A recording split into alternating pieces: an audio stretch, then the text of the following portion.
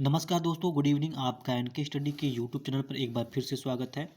आज की इस वीडियो में हम बात करेंगे पब्लिक एडमिनिस्ट्रेशन अर्थात लोक प्रशासन के बारे में, जिसका टॉपिक है फिनेंशियल एडमिनिस्ट्रेशन अर्थात वित्तीय प्रशासन। तो चलिए शुरू करते हैं आज का पहला प्रश्न।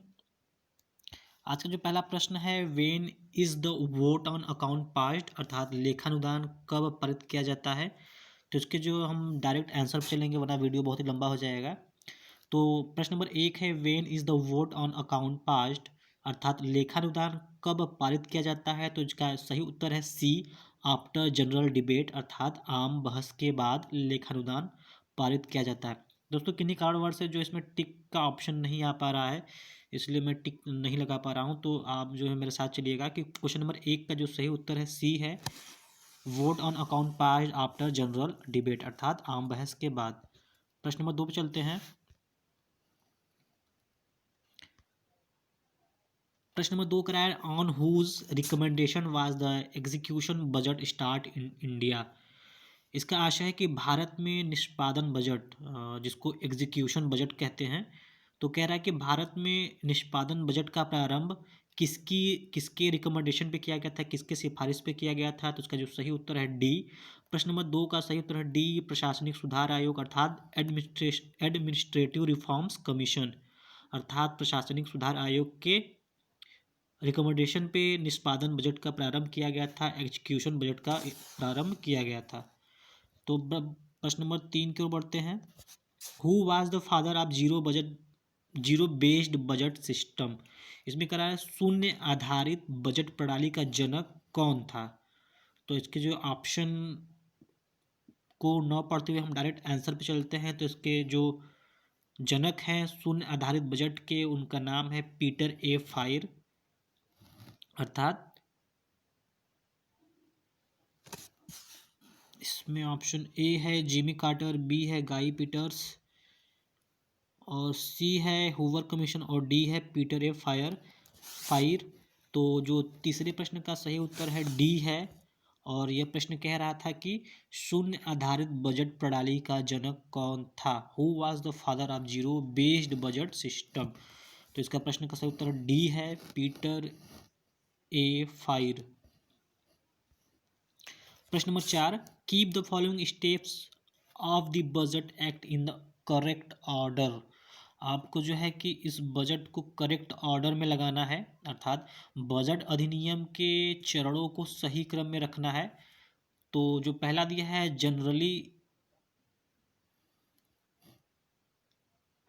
जनरली डिबेट यहाँ पे होना चाहिए अर्थात आम बहस। दूसरा है एप्रोप्रिएशन बिल अर्थात विनियोग विधेयक। तीसरा है फिनेंशियल बिल अर्थात वित्त विधेयक। चौथा है voting on demands for grants अर्थात अनुदान मांगों पर मतदान। और पांचवा इसमें नहीं दिया है। पांचवा है इसमें है प्रेजेंटेशन इन लेजिस्लेचर। और तो इसका जो अर्थात दोस्तों जो पांचवा है प्रेजेंटेशन इन लेजिस्लेचर, बस वहीं तक जो है ये पांचवे का ऑप्शन है। In which year was the performance budget introduced in India. ये जो है कि अगला क्वेश्चन है, जो क्वेश्चन नंबर 5 होना चाहिए था। तो चौथा के मैं एक बार फिर से रिपीट कर देता हूँ। उसमें पूछा रहा है कि बजट अधिनियम के चरणों को सही क्रम में लगाना है। तो पहला है जनरली डिबेट अर्थात आम बहस। दूसरा है एप्रोप्रिएशन बिल अर्थात विनियोग विधेयक। तीसरा है फिनांस बिल अर्थात वित्त विधेयक। चौथा है voting on demands for grants अर्थात अनुदान मांगों पर मतदान। पांचवा है प्रेजेंटेशन इन लेजिस्लेचर अर्थात विधायिका में प्रस्तुतिकरण। तो जो उसका क्रम है सबसे पहले 5 आएगा, फिर 1, 4, 2, 3। मैं फिर से रिपीट कर देता हूँ। जो चौथे का जो सही उत्तर है, जो सबसे पहले क्रम आएगा 5 आएगा, फिर 1, फिर 4, 2, 3 अर्थात 514, 23। मतलब जो सबसे क्रम में सबसे पहले कौन आएगा, तो सबसे पहले जो है कि विधायिका में बजट का प्रस्तुतिकरण होता है, फिर आम बहस होता है, फिर अनुदान मांगों पर मतदान होता है, तत्पश्चात विनियोग विधेयक और उसके बाद वित्तीय विधेयक पारित किया जाता है। तो प्रश्न नंबर 6 है कि यहाँ से पढ़ेंगे जो पांचवें में दिया है। तो इन विच ईयर, यहाँ से पढ़ेंगे। प्रश्न नंबर 6 है, in which year was the performance budget introduced in India. किस किस वर्ष में जो है कि निष्पादन बजट का प्रारंभ किया गया था भारत में? तो उसका जो सही उत्तर है 1968 में, 1968 में, अर्थात प्रश्न नंबर 5 का सही उत्तर बी है। दोस्तों यहाँ पे दिया था कि प्रश्न नंबर 2 में दिया था कि निष्पादन बजट का प्रारंभ किसकी सिफारिश पे किया गया था? तो प्रशासनिक सुधार आयोग की सिफारिश पे किया गया था। और किस वर्ष प्रारंभ किया गया था भारत में? तो इसका उत्तर है 1968 में प्रारंभ किया गया था। दोस्तों इससे पहले चैनल पे नए हैं तो उसको जरूर से सब्सक्राइब करें, अगर देख रहे हैं तो जरूर से लाइक करें। तो छठवें प्रश्न पढ़ते हैं। छठवां प्रश्न कह रहा है कि हु इज रिस्पॉन्सिबल, कौन उत्तरदायित्व है, किसका उत्तरदायित्व है for preparing the budget, budget को तैयार करने में किसका उत्तरदायित्व है? तो यहाँ पे दिया है जो प्रश्न नंबर 6 का सही उत्तर है सी है, डिपार्टमेंट ऑफ इकोनॉमिक अफेयर्स, अर्थात आर्थिक मामलों का विभाग। बढ़ते हैं प्रश्न नंबर 7 की ओर। प्रश्न नंबर 7 में पूछ रहा है कि which of the following is not a principal of budget formation.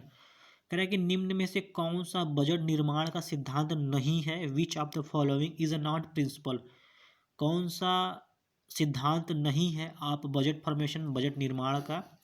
तो इसका सही उत्तर है B, budget should not be pure, budget शुद्ध होना चाहिए, सकल नहीं। तो इसका सही उत्तर है बजट शुद्ध होना चाहिए, सकल नहीं। तो बढ़ते हैं प्रश्न नंबर 8 की तरफ। प्रश्न नंबर 8 कह रहा है कि what are the silent feature of Indian audit. भारतीय लेखा परीक्षा का मुख्य विशेषताएं क्या हैं, साइलेंट फीचर क्या है इंडियन ऑडिट का? तो जो पहला है, audit is the subject of association, लेखा परीक्षा संघ का विषय है। दूसरा है integration of audit and accounting at sub national level, उपराष्ट्रीय स्तर पर लेखा परीक्षा और लेखा का एकीकरण। जो तीसरा है, it's main concern is spending, इसका मुख्य सरोकार खर्च से है। जो चौथा है, this is basically A validity audit, अर्थात यह मूलतः एक वैधता लेखा परीक्षा है। तो इस प्रश्न का सही उत्तर है कि भारतीय लेखा परीक्षा का जो विशेषताएं हैं चारों सही है, 1, 2, 3 और 4 सही है। आठवें प्रश्न का जो सही उत्तर है डी है। नवां प्रश्न पूछ रहा है कि हुज स्टेटमेंट इज दिस, यह स्टेटमेंट किसका है? फाइनेंशियल एडमिनिस्ट्रेशन मॉडर्न गवर्नमेंट, अर्थात वित्तीय प्रशासन आधुनिक सरकार का मर्म है। फाइनेंशियल एडमिनिस्ट्रेशन मॉडर्न गवर्नमेंट अर्थात वित्तीय प्रशासन आधुनिक सरकार का मर्म है। तो यह स्टेटमेंट जो है हूवर आयोग का है, हूवर कमीशन का है। तो इस तरह इसका 9वें प्रश्न का सही उत्तर है ए। बढ़ते हैं प्रश्न नंबर 10 की ओर। कह रहा है कि इसमें benefit of zero based budgeting, zero based अर्थात शून्य आधारित बजट प्रणाली के लाभ कौन से हैं इसको बताना है।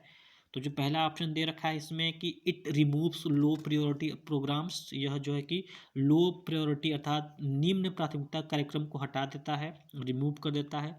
जो दूसरा ऑप्शन है, it brings dramatic improvements in programme effectiveness, अर्थात यह कार्यक्रम की प्रभाविता में नाटकीय सुधार लाता है, मतलब ड्रामेटिक इंप्रूवमेंट्स करता है, नाटकीय सुधार लाता है इन प्रोग्राम इफेक्टिवनेस में, अर्थात एक कार्यक्रम की प्रभाविता में। जो तीसरा है, it brings programme and achievements in financial and physical terms, यह कार्यक्रमों तथा उपलब्धियों को वित्तीय और भौतिक अर्थों में सामने लाता है। जो चौथा है, it generate more financial for high impact programmes, अर्थात यह उच्च प्रभावकारी कार्यक्रमों के लिए अधिक वित्त हासिल करता है। तो जो ऑप्शन दे रखा है इसमें सही उत्तर है 1, 2, 4 और 5। शून्य आधारित बजट प्रणाली के लाभों में से जो सही उत्तर है 1, 2, 4 और 5, अर्थात इस तरह इसका जो सही उत्तर है सी। बढ़ते हैं प्रश्न नंबर 11 की तरफ। इसमें पूछ रहा है कि which of the following documents are presented in the legislation along with the budget, अर्थात which of the following documents, इनमें से कौन सा दस्तावेज आर प्रेजेंटेड प्रस्तुत किए जाते हैं इन द लेजिस्लेचर विधायिका में अलॉन्ग विद बजट, बजट के साथ कौन सा जो है कि दस्तावेज प्रस्तुत किया जाता है।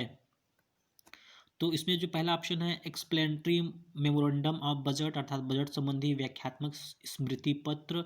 जो दूसरा है summary of demands for grants, अनुदान मांगों का सारांश। तीसरा है एप्रोप्रिएशन बिल जिसको कहते हैं विनियोग विधेयक। चौथा है फिनांस बिल अर्थात वित्त विधेयक। और पांचवा है इकोनॉमिक सर्वे अर्थात आर्थिक सर्वेक्षण। तो दोस्तों आर्थिक सर्वेक्षण जो है कि बजट, संसद में बजट लाने से पहले 2-3 दिन पहले ही आर्थिक सर्वेक्षण इकोनॉमिक सर्वे लाया जाता है। सूत्र पांचवा यहाँ पे गलत हो जाता है। तो यहाँ पे जो सही उत्तर है 1, 2, 3 और 4 सही है। प्रश्न नंबर 11 का जो सही उत्तर है डी। प्रश्न नंबर 12 की ओर चलने से पहले दोस्तों इसको ज़रूर से लाइक कर दें। चैनल पे नए हैं तो इसको सब्सक्राइब भी कर दें ताकि लेटेस्ट नोटिफिकेशन आपको मिलता रहे। बेल आइकॉन को भी प्रेस कर दें। यह वीडियो आप जो है कि एनके स्टडी के प्लेलिस्ट में जाके भी देख सकते हैं या फिर इस वीडियो के डिस्क्रिप्शन बॉक्स में सारे के सारे लिंक उपलब्ध है, वहाँ से देख सकते हैं। तो प्रश्न नंबर 12 कह रहा है कि which of the following is not a condition of acceptance of the deduction proposal in parliament. कह रहा है कि which of the following is not condition, इसमें से कौन सा एक जो है कि शर्त नहीं है, कंडीशन नहीं है आप expectation on the deduction proposal in parliament, संसद में कटौती प्रस्ताव की स्वीकार्यता की शर्त निम्न में से कौन सा नहीं है। अर्थात यहाँ प्रश्न पूछा है कटौती प्रस्ताव से पूछ रहा है। तो जो ऑप्शन ए है it should not suggest amendments to existing rules, अर्थात इट शुड नॉट सजेस्ट अर्थात इसको मौजूदा नियमों में संशोधन का सुझाव नहीं देना चाहिए। यहाँ पे प्रश्न पूछ रहा है कि संसद में कटौती प्रस्ताव की स्वीकार्यता की शर्त कौन सा नहीं है। तो ऑप्शन ए है इसको मौजूदा नियमों में संशोधन का सुझाव नहीं देना चाहिए। ऑप्शन बी है it should not be related to the expenditure in that is incurred with the consolidated fund of India, अर्थात इसका संबंध उस खर्च से नहीं होना चाहिए जो भारत की संचित निधि से किया जाता है। जो ऑप्शन सी है यहाँ पे सही उत्तर है। इसका जो मतलब है it should be related to more than one demand, अर्थात यह एक से अधिक मांगों से संबंधित होना चाहिए। तो 12वें प्रश्न का जो सही उत्तर है सी है। प्रश्न नंबर 13 के चलते दोस्तों मैं सारा ऑप्शन इसलिए नहीं पढ़ा हूँ कि वीडियो बहुत ही लंबा हो जाता है। तो प्रश्न नंबर 13 ये है the controller who has the ultimate responsibility to take appropriate action on the commentary of an auditor general. अगर पढ़ने में कोई दोस्तों मिस्टेक हो जाती है तो उसे इग्नोर करें। प्रश्न नंबर 13 पूछ रहा है कि नियंत्रक एक महालेखा परीक्षक की टीका टिप्पणी पर उचित कार्रवाई करने की अंतिम जिम्मेदारी किसकी है। प्रश्न नंबर 13 यही पूछ रहा है कि ultimate responsibility to take appropriate action on the commentary on auditor general, नियंत्रक एवं महालेखा परीक्षक की टीका टिप्पणी पर उचित कार्रवाई करने की अंतिम जिम्मेदारी किसकी है। तो यहाँ पे president of India, supreme court या फिर नेशनल डेवलपमेंट काउंसिल। तो प्रश्न नंबर जो 13 का जो सही उत्तर है वो सी है, संसद। वो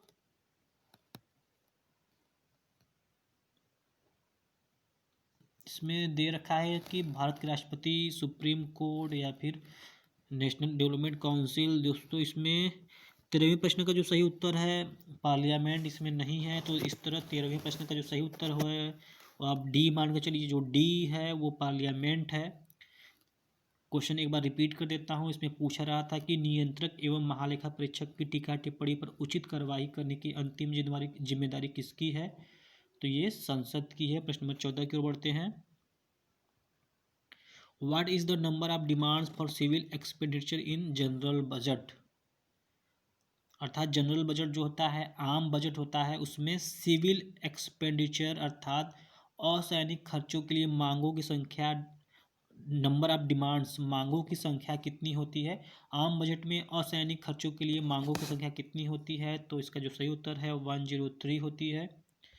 प्रश्न नंबर 15 है who said government is finance, अर्थात सरकार वित्त है यह किसने कहा था। तो सरकार वित्त है यह कहा था लॉयड जॉर्ज ने, अर्थात 15वें प्रश्न का जो सही उत्तर है डी लॉयड जॉर्ज। यहाँ पे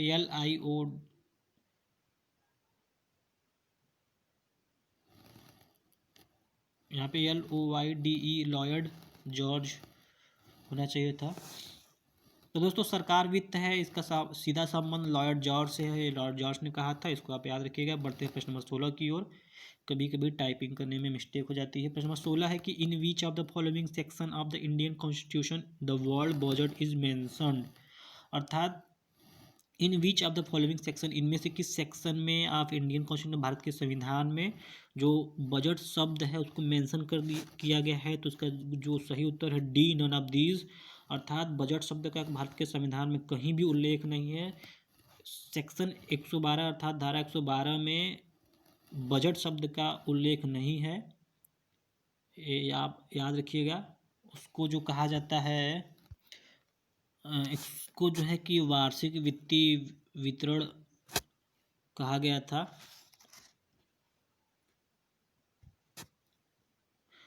तो बढ़ते हैं प्रश्न नंबर 17 की ओर। Which of the following statements about the railway budget is correct, इनमें से निम्नलिखित में से कौन सा जो है रेलवे बजट के बारे में सही वक्तव्य है।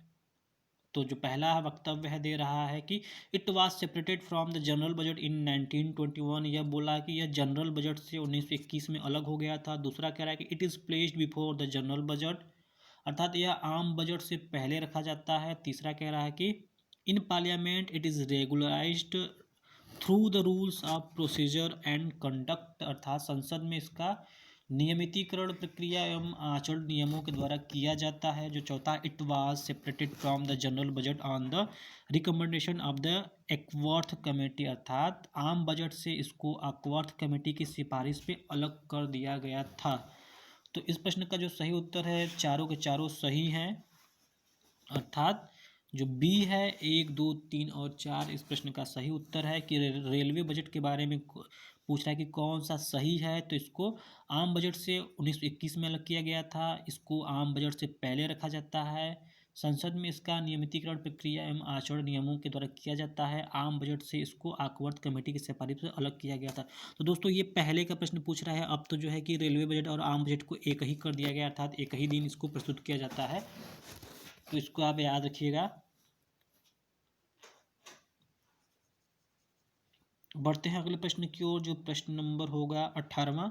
Who coined the terms execution budget, अर्थात निष्पादन बजट किसने गढ़ा था। तो इसका जो सही उत्तर है D, first Hoover commission of America ने निष्पादन बजट शब्द दिया था, गढ़ा था। प्रश्न number 19, which statement regarding execution budget in America is correct, अर्थात अमेरिका में निष्पादन बजट संबंधी कौन सा कथन सही है।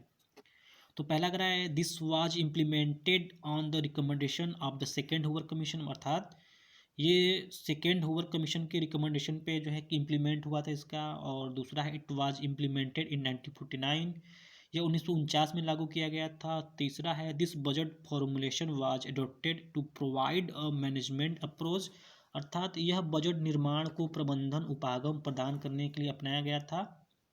जो चौथा है it was implemented by the president Truman, इसको राष्ट्रपति ट्रूमैन ने लागू किया था।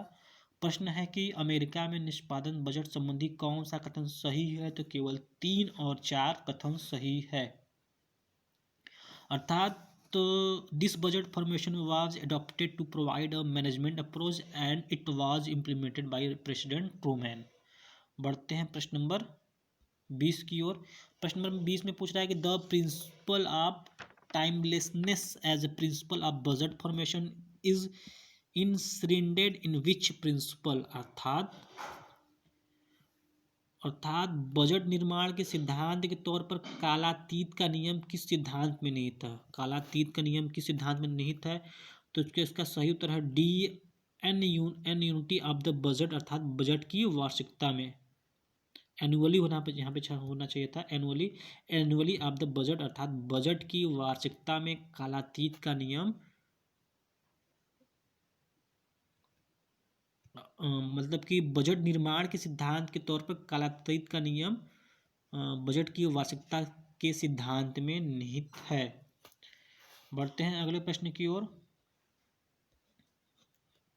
यहाँ पे डी सही है 20वें प्रश्न का।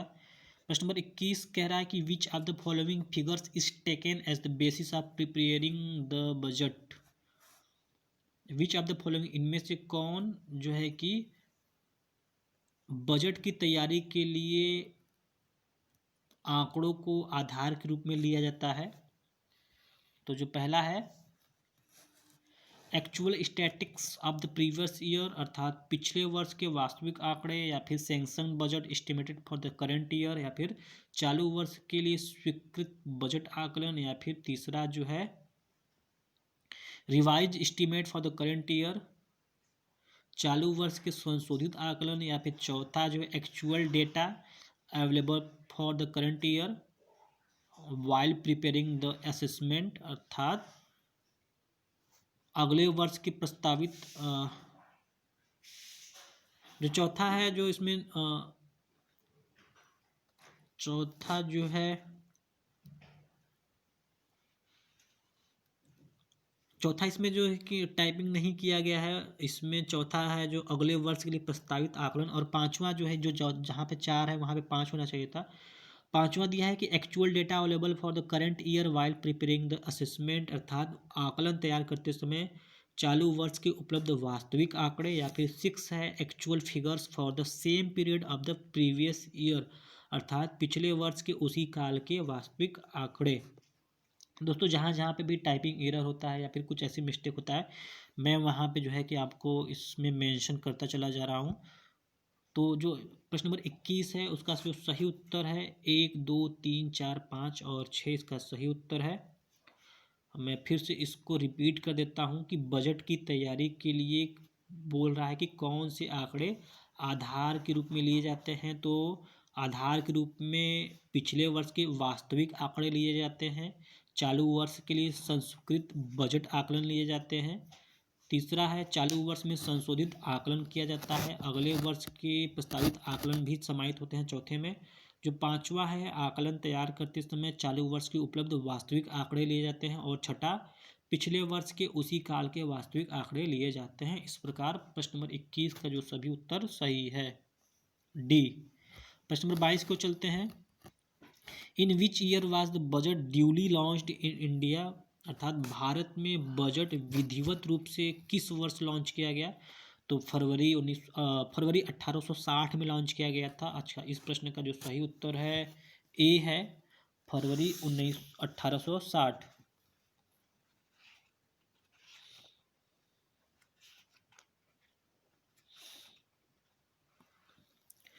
तो 18 फरवरी 1860 में भारत का पहला बजट पेश किया गया था, और जो विल्सन है वो भारतीय बजट के संस्थापक है विल्सन। अंतरिम सरकार का जो पहला बजट था उसको आज़ादी से पहले लियाकत अली खान ने पेश किया था। तो बढ़ते हैं प्रश्न नंबर 23 की ओर। प्रश्न नंबर 23 कह रहा है कि if the finance minister is to be held liable for filling the pond and maintaining a certain level of water in it, so it should also be in a position to make its flow. To whom does this statement relate? बोला कि एक statement दिया गया है कि यह वक्तव्य किससे संबंधित है। इसमें कह रहा है कि अगर तालाब भरने और उसमें पानी के एक निश्चित स्तर को बनाए रखने के लिए वित्त मंत्री को उत्तरदायी ठहराना है, तो उसे इस स्थिति में भी होना चाहिए कि वह इसका प्रवाह रोक सके। तो प्रश्न नंबर 23 का जो सही उत्तर है सी है, हेल्डेन कमेटी रिपोर्ट का यह वक्तव्य इससे संबंधित है। फिर से मैं रिपीट कर देता हूँ। इसमें कह रहा है कि अगर तालाब भरने और इसमें पानी के एक निश्चित स्तर को बनाए रखने के लिए वित्त मंत्री को उत्तरदायी ठहराना है, तो उसे इस स्थिति में भी होना चाहिए कि वह इसका प्रवाह रोक सके। ये हाल्डेन कमेटी रिपोर्ट के वक्तव्य से संबंधित है। 23वें का जो सही उत्तर है सी। प्रश्न नंबर 24 का कह रहा है कि when was the first scheme of delegating financial power to decentralized financial control implemented? When was the first scheme of delegating financial power, अर्थात विकेंद्रीकृत वित्तीय नियंत्रण को वित्तीय अधिकार सौंपने की पहली योजना कब लागू की गई थी? When was the first scheme, मतलब पहली योजना कब लागू की गई थी? ऑफ डेलीगेटिंग फाइनेंशियल अर्थात वित्तीय अधिकार, फाइनेंशियल पावर को सौंपने के लिए, टू डिसेंट्रलाइज फाइनेंशियल अर्थात विकेंद्रीकृत वित्तीय नियंत्रण को। तो इसका जो 24वें का सही उत्तर है बी है 1958 अर्थात बी 1958। तो आज की इस वीडियो का जो अंतिम प्रश्न है, अंतिम प्रश्न को पढ़ने से पहले दोस्तों एक बार प्लीज़ लाइक कर दें, जरूर से लाइक कर दें। चैनल पे नए हैं तो सब्सक्राइब कर दें।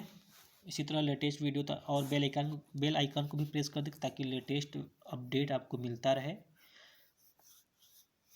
इससे पहले अगर आप इस सारे के सारे वीडियो को देखना चाहते हैं तो प्लेलिस्ट में जाकर देख सकते हैं, जहाँ पे इग्नू असिस्टेंट रजिस्ट्रार के नाम से प्लेलिस्ट बना हुआ है, या फिर इस वीडियो के डिस्क्रिप्शन बॉक्स में भी जाके देख सकते हैं। सारे के सारे लिंक उपलब्ध हैं। पूछ रहा है कि which of the following statement is correct, इनमें से कौन सा स्टेटमेंट करेक्ट है। और इम्पोर्टेंट क्वेश्चन ये हो बन सकता है।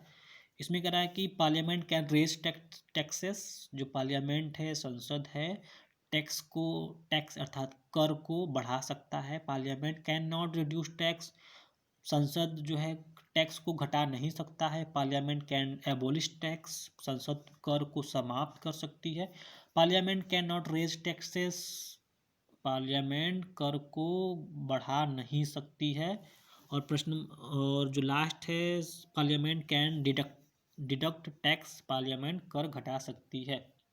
तो दोस्तों काफ़ी उलझन वाला ये प्रश्न है, मैं फिर से रिपीट कर देता हूँ। पहले में दिया है कि संसद कर बढ़ा सकती है, दूसरा है संसद कर घटा नहीं सकती, तीसरा है संसद कर समाप्त कर सकती है, चौथा है संसद कर बढ़ा नहीं सकती, पांचवा है संसद कर घटा सकती है। तो बताना है कौन सा कथन सही है। तो जो कथन सही है बी 3, 4 और 5 कथन सही है, अर्थात संसद कर समाप्त कर सकती है, संसद कर बढ़ा नहीं सकती है, संसद कर घटा सकती है।